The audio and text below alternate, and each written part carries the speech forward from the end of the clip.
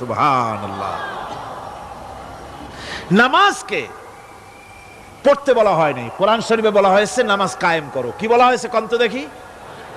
নামাজ কায়েম করো, নামাজ পড়ো। এই কথা কিন্তু কোরআন শরীফে কোনো জায়গায় আছে নাকি? এখন কায়েম করা কারে বলে?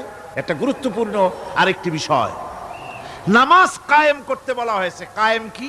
কায়েমটা হচ্ছে দৃষ্টান্ত স্বরূপ বলা যায় যে জিনিসটা সমাজে প্রতিষ্ঠিত আছে ওইটারে বলে কায়েম হওয়া, আর যেটা প্রতিষ্ঠিত নাই ওটা কায়েম নাই।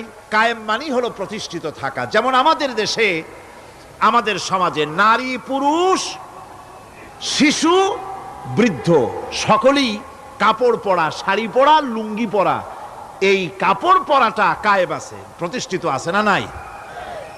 যার কারণে কাপড় পরা সমাজে কায়েম আছে বলে উলঙ্গ মানুষ সমাজে খুঁজে পাওয়া